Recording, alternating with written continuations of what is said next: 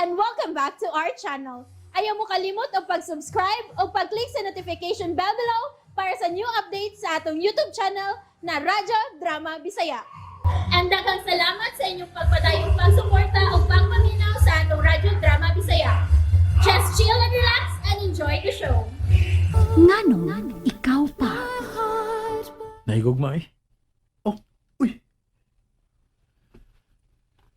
Nahigugma ba ko niya? Isip akong higala. Mao gani nga nagpakita gyud ko concern. Ingon ana ang tinuod nga higala dili ba? Magpakabana. Maghuna-huna sa kaayuhan sa tao nga gigugma niya, di ba? Dilip ginunta na muhibot na kong ipasabot. Oh. Bro, nagkinanglan si Amaya ug usa ka tawo nga parehas nimo.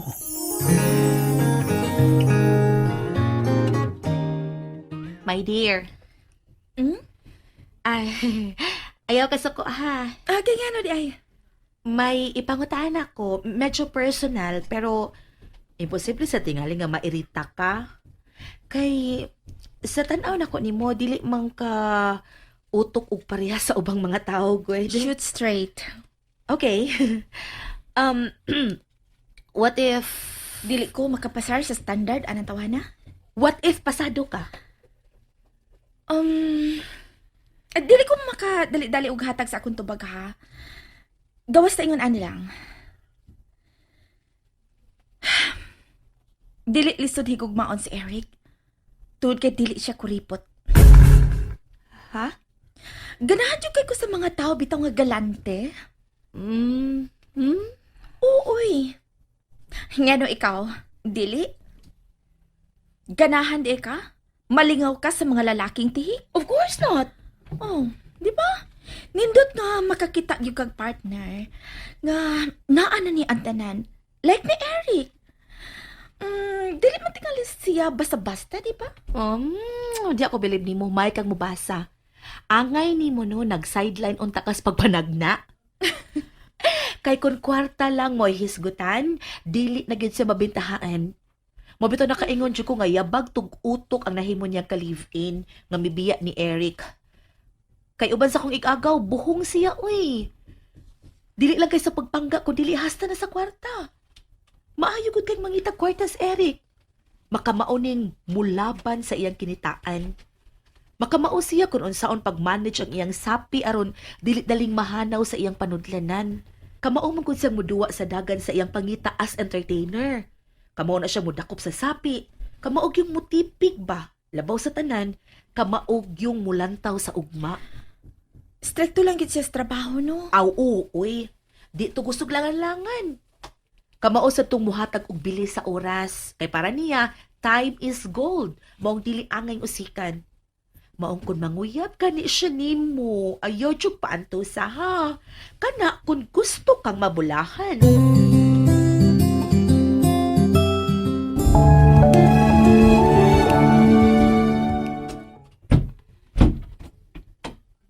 Kumusta si Amaya?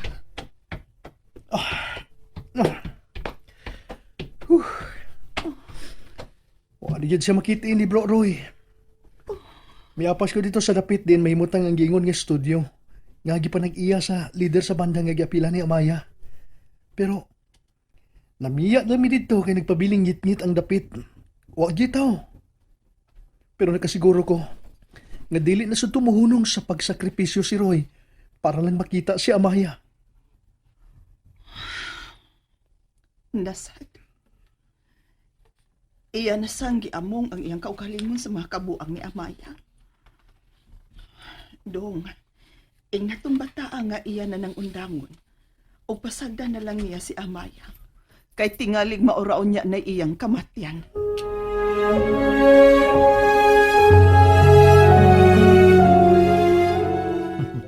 Sagdi lang ko tita.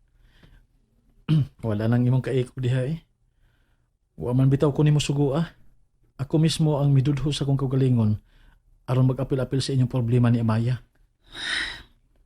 Abi na kong tininuod na tong akong nakita sa una dong. Nga pagbinuutan ni Amaya. Human siyang bati nga kasinatian o ba ni Chef? Way tagmanan si Amaya ma. Kanus amang ka na mahitabo. Unya na tingalig maimpas gid sis mga kamot sa laing hudas nga iras ang hatagan siyang pagsaling ma. Dili lang sa unta ka na mahitabo. Dili lang unta. Pero ining panahon na, ipataas ko na sabang akong mga kamot. Kay nagpakita naman sad siya sa iyang pagkamasupilon. Ning higayon na manghunaw na sab ko. Bahala na siya kung unsaon niya sa pagpadaga ng iyang kinabuhi. Kay matod pa niya. Gimahayan man niya ang langit kung anong ako pa ang nahimo niyang inahan. Kay ako may iyang gidakdakan sa tanan niyang mga kahiubos. Kay nahimo siyang anak o kabos. Pues, akong ihatag niya ang kagawasan sa pagrinda sa iyang kinabuhi. Ako na lang ipanghinaot. Nga kay wa na may mama nga magpunay pagpakamana niya. Kung naunsa na siya. Hinaot pa unta. Nga sa bagong pundok sa mga higala nga iyang gipili karon, makatabang gyud kini niyang tinuray. Aron mabalik ang napalpak niyang mga damgo, nga magpuyo, nga maghakkom sa binandol nga kwarta.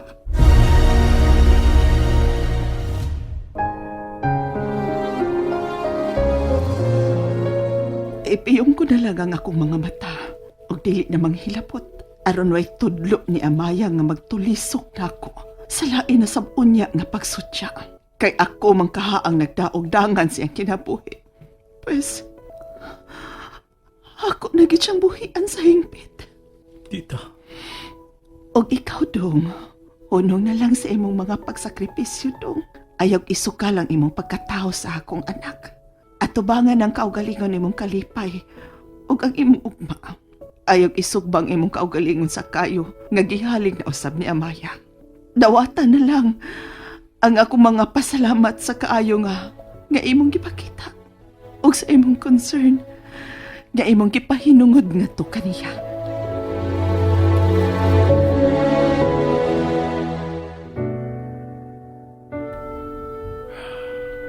Amaya, lisod at para nako ang gihangyo sa imong inahan nga buhian na lang yun ka. Baliwad-on, aron ka sa bakamat kung unsa ang lami. If you have no one to lean on, kung maabot na sad ang laing yugto sa imong kinabuhi din, patilawan na sa unya nimo ang kapait kung biyaan ka sa mga tao nga imong gituhuan nga nakanunay sa imong liyo. So pakunta sa kong buot ang pagdistansya nimo tungod kay ako naman ko kang isip nga kabahin sa kong kinabuhi. Pero di sa ko makadawat na kaya ubisan ko sa imong inahan. Kinsa gitahod ako pareha sa akong pagtahod sa akong pagkatao. Maong lisod matumanon. Pero pilit ko kinibuhaton.